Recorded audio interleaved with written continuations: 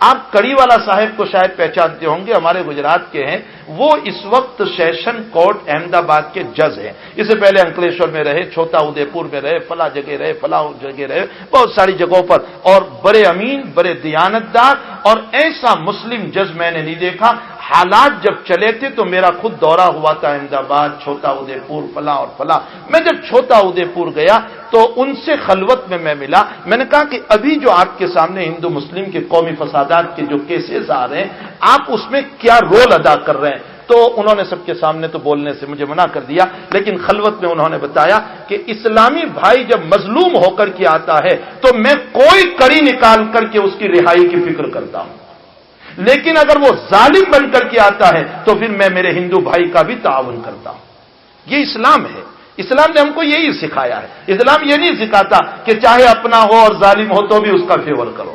وہ اس وقت احمد آباد کے جج ہیں سیشن کورٹ کے، آپ تعجب کرو گے، صرف ظہر کی نماز آن ڈیوٹی ہونے کی بنیاد پر وہ بغیر جماعت کے پڑھتے ہیں، باقی چاروں نمازیں جماعت کے ساتھ پڑھتے ہیں، اس کے ساتھ مہینے کے 3 دن لازم ہیں، سال کا چلہ ان کا لازم ہے، اور اس سے بڑھ کر میں آپ کو بتاؤں قریباً 12 مرتبہ محمد الرسول اللہ کی زیارت ہوئی ہے۔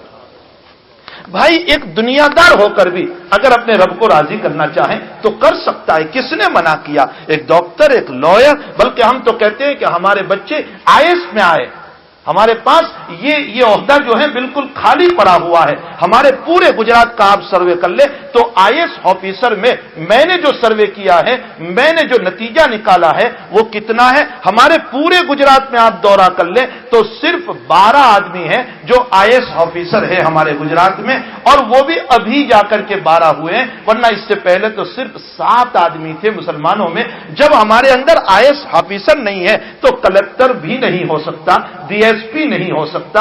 ان عہدوں پر آنے کے لیے IAS کا کورس کرنا ضروری ہے، اور آپ اس کورس کو بہت جو ہے بڑا نہ سمجھے۔ میں آپ کو بتاؤں اس کورس کو چلانے والے کرناٹکا کے صاحب مسلمان ہیں، وہ اس کورس کو چلا رہے ہیں، اور میرے پاس 4 مرتبہ آئے، وہ بک بھی دے گئے، فرمایا مولانا بہت سستا کورس ہے، صرف 1.25 لاکھ میں 1 سال کے اندر ہمارا بچہ IAS آفیسر بن سکتا ہے، اور آپ بچہ دیجئے، ہم 1 سال میں اس کو IAS کے وہ سارے قوانین پڑھا کر کے اس کو سیدھے دہلی کے اندر ایگزام دلا دیں گے، وہ ہمارا بچہ IAS آفیسر بنے گا، صرف 1.25 لاکھ کا خرچہ ہے، اور اس کے اندر ہمارا بچہ IAS آفیسر بن کر کے آئے گا، وہ کلکٹر بنے گا، وہ DSP بنے گا، وہ ان عہدوں کو سنبھالے گا۔ تو ظاہر سی بات ہے مومن کچھ نہ کچھ تو اللہ کا خوف ہوتا ہے، وہ انصاف کی نظر سے دیکھے گا۔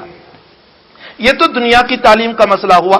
دینی تعلیم کا مسئلہ بھی یہی ہے کہ عمومی طور پر ہمارے مدارس میں اور اسٹیٹ کے بچے زیادہ ہوتے ہیں، اور گجرات کے بچے کہتے ہیں 20%، 30%، 40%۔ کہاں گئے بچے؟ ہمارے بچوں نے کیا کیا؟ یا تو کوئی بچہ اسٹیشن پر گھوم رہا ہے، یا کوئی بچہ بازاروں میں کھیل رہا ہے، یا کوئی بچہ پالنپور والے جو ہے وہ ہوٹلوں میں بیٹھ رہے ہیں، یا فلاں جگہ اور فلاں جگہ۔ ہمارے بچوں کو نہ دینی تعلیم کا شوق ہے، نہ دنیا کی تعلیم کا شوق ہے۔ اللہ ہمارے بچوں میں شعور پیدا فرمائے۔ یہ مستقبل کے بننے والے ہمارے بچے ہی ہو سکتے ہیں۔ کسی ملک کو ترقی دینے کے لیے بوڑھوں کی ضرورت نہیں ہوتی ہے، جوانوں کی ضرورت ہوتی ہے۔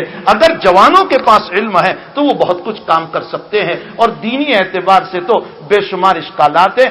میں اپنے ان بچوں کو، چونکہ یہ تو دینی مجلس ابھی ہو رہی ہے، وہ دنیا کی مجلس تو ابھی کل پرسوں ہونے والی ہے، ابھی یہ بچے جو تقریریں کر رہے ہیں تو وہ دینی جو ہے مضامین کو لے کر کے آ رہے ہیں۔ میں میرے ان بچوں سے گزارش کر دوں، اور بھی جو لوگ ہیں، کہ آپ گہرائی اور گہرائی کے ساتھ علوم حاصل کریں۔ دنیا اس وقت بہت ایڈوانس ہو چکی ہے، بہت ترقی کر چکی ہے۔ اس دنیا کو اب آپ غافل دنیا اور جاہل دنیا نہ سمجھے۔